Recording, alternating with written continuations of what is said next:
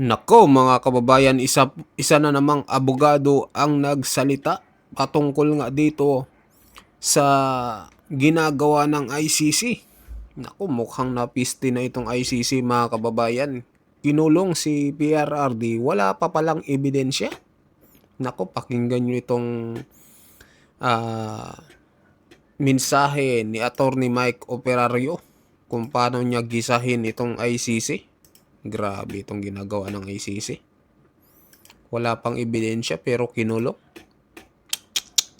Mukhang may pinapanigan talaga itong malaking tao mga kababayan, itong International Criminal Court. Ito na po, panoorin nyo, talagang ikakagalit nyo ito. Sa lumabas sa website ng ICC na tila isang imbitasyon na kung kailangan pa o may mga testigo pa na maaaring mag-share ng kanilang nalalaman ukol sa kaso ni dating Presidente Digong Duterte, ay maaari daw ibahagi ito sa pamamagitan ng website na ito. Ito po muli si Attorney Mike Operario. Pag-usapan natin yan.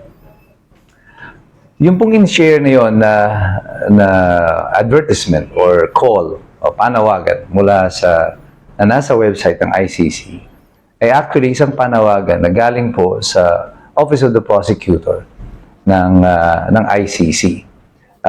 Yung pong parang tumatayong abogado na naglilitis laban kay Rodrigo Duterte.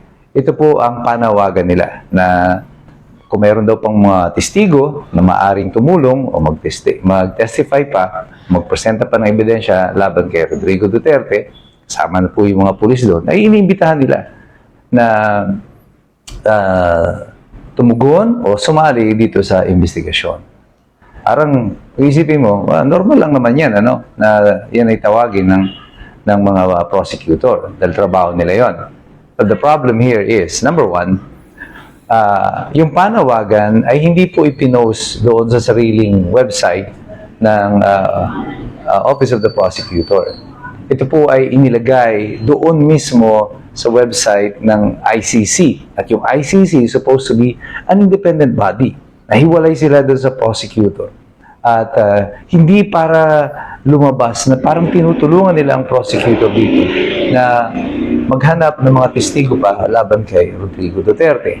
Ang ikalawang punto po dyan, bago po ito isinampa sa Hague, ang presumption po dito ay sapat na ang mga ebidensya laban kay Rodrigo Duterte. Bakit nananawagan pa kayo ngayon ng additional na mga testigo? This only supports, sinusuportahan lang po nito, yung ating pong sinasabi noon pa na ang kaso na yan kay Rodrigo Duterte dito sa Hague is just a witch hunt. Ngayon pa lang sila naghahanap ng ebidensya. Wala talagang malinaw na factual and legal basis ang pagsasampa ng demanda laban kay Rodrigo Duterte dito sa ICC for crimes against humanity. Kasi otherwise, bakit ka pa nanghihingi ng ebidensya sa kasalukuyan? This is an admission on your part dun sa prosecutor and even the ICC na lahat ng pagkilos nila noon ay walang basihan sa facts o sa mga sirkumstansya o dokumento o ebidensya. Bakit natin sasabihin yan? Kasi nag-apply na noon ang abogado ni Rodrigo Duterte, President Digong, si Attorney Kaufman, for interim release. At isa sa dapat magiging basihan ng ICC dito sa pagsasabi na hindi nila papayagan si Rodrigo Duterte na pansamantalang lumaya ay dahil malakas ang ebidensya laban sa kanya. Bukod pa doon sa sinasabi nila na may posibilidad na gumawa pa siya ng ibang krimen o di kaya siya ay tumakas at hindi na bumalik sa Hague. Yung pong presumption na malakas ang ebidensya laban sa kanya, ay giniba nila mismo, sila rin ang gumawa nito. Dahil sa panawagan na ito, na kailangan pa nila ng additional witnesses. If you have sufficient evidence today, why do you need to call or invite people na hindi ninyo nakausap, hindi ninyo nakuha na ng affidavit? At ngayon, hinihiling ninyo na lumabas at mag-cooperate sa inyo. Ito lamang ay isang pagtanggap sa katotohanan na sa umpisa pa lang, wala talaga kayong ebidensya laban kay Rodrigo Duterte. At lahat ng sinabi natin noon tungkol sa ICC ay napapatunayan na ngayon. This is nothing but a power exercise by ICC na ina-assert lang kunwari ng ICC ang kanilang kapangyarihan sa buong mundo. Nagkataon lamang na yung Pilipinas lang ang hindi na pumapalag dito ngayon. At voluntaryo natin tinanggap ang isang hindi makatwirang paglilitis.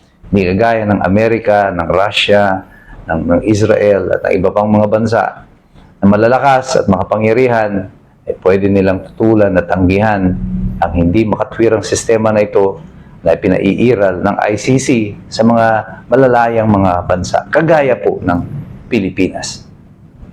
Yan po ay naganap hindi dahil sa tinadhana ng batas, hindi po dahil ito ay tinadhana ng katwiran o ng katarungan. Ito po ay naganap dahil ito ay tinadhana ng mga o ginawang posible ng mga nakaupo na nasa kapangyarihan at nasa poder sa kasalukuyan. At isinuko po ang isang Pilipino dahil sa isang krimen na ngayon ay lumalabas. Wala naman palang malinaw na basya. Pero tayo, alam na natin yan. Ang Pilipino ngayon, marunong na. Dahil tayo nagmamasid, tayo nag-aaral. Sapagkat alam natin, mahirap makialam ang taong walang alam. God bless you. God bless us all. Mabuhay ang Republika ng Pilipinas. So ayun mga kababayan, ano ho masasabi nyo dito sa pahayag po ni Attorney Mike Operario, no? Patungkol sa katarantaduhan itong ICC, mga kababayan.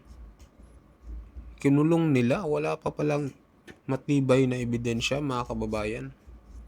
Maling-mali po yun. Talagang matindi itong ginagawa nila. Darating naman yung panahon, mga kababayan, na makakabawi rin po, no?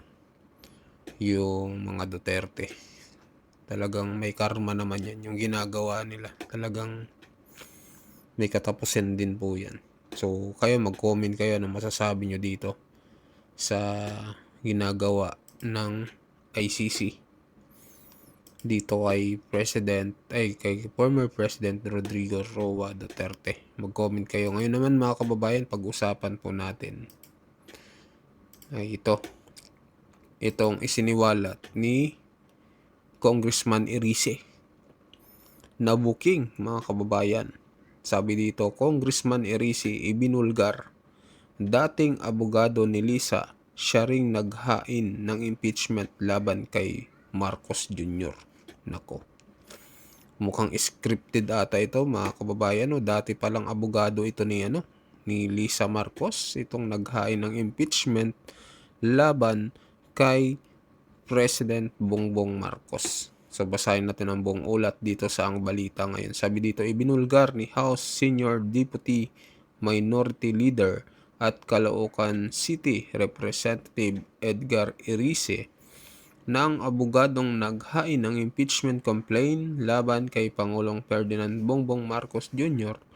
ay siya ring dating abogado ng First Lady Lisa Araneta Marcos. Ayon kay Erice, si Atty. Andre De Jesus ang naghain ng impeachment laban sa Pangulo ay kamakailan lamang nagsilbing abogado ng unang ginang sa isang kasong legal dahilan upang questionin niya ang motibo at kredibilidad ng reklamo. Tinukoy ni Erice na noong Nobyembre 2024 si De Jesus ang kumakatawan kay First Lady Lisa Marcos sa paghahain ng disbarment case laban kay Atty. Glenn Chong kaugnay ng umano'y paninira at pag-atake sa unang ginang. Para kay Erice, nakapagtataka at hindi pangkaraniwan ang biglaang paglipat ng papel ng abogado mula sa pagiging tagapagtanggol ng pamilya ng Pangulo tungo sa paghahain ng reklamo laban mismo kay Marcos Jr. Naniniwala rin ang mambabatas na ang impeachment complaint ay madaling mababasura dahil umano sa kakulangan nito sa legal na bigat. Ayan, nako mga kababayan, mukhang lang ito isa lang palabas. Kulang daw mga kababayan. Mukhang parang gagayahin nila yung nangyari kay BP Sara. Yung ilang hain ba yung nangyari? Parang 5 beses, 3, 4, mga ganun. Kaya binasuran din ng Supreme Court kasi dapat 1 beses lang daw ang impeachment complaint na ginagawa sa 1 taon. So, baka ganun ang mangyari. Sabi pa dito, dagdag pa niya, ang ganitong mga detalye ay mahalagang malaman ng publiko upang maunawaan ang konteksto at pinanggagalingan ng impeachment complaint laban sa Pangulo. Nauna nang nagpahiwatig si Erice na may mga grupong nagtatangkang magsampa ng impeachment hindi lamang laban kay Pangulong Marcos kundi pati kay Vice President Sara Duterte. Isang senaryong unti-unti nang nagiging realidad sa Kamara. Sa ngayon, inaasahang mas paiigtingin pa ng mga mababatas ang pagsusuri sa legal na kredibilidad ng impeachment complaint, lalo na sa usapin ng form and substance na binigyang diin ni Kong Erice. So ayun mga kababayan, mag-comment po kayo ano masasabi nyo dito sa inihaing impeachment complaint na ang naghain pala ay mga abogado lang din ni First Lady Araneta Marcos. Mag-comment kayo, mag-like at mag-subscribe, at sa mga bagong pasok dyan, pa-subscribe din po ng ating channel mga kababayan. Maraming salamat po.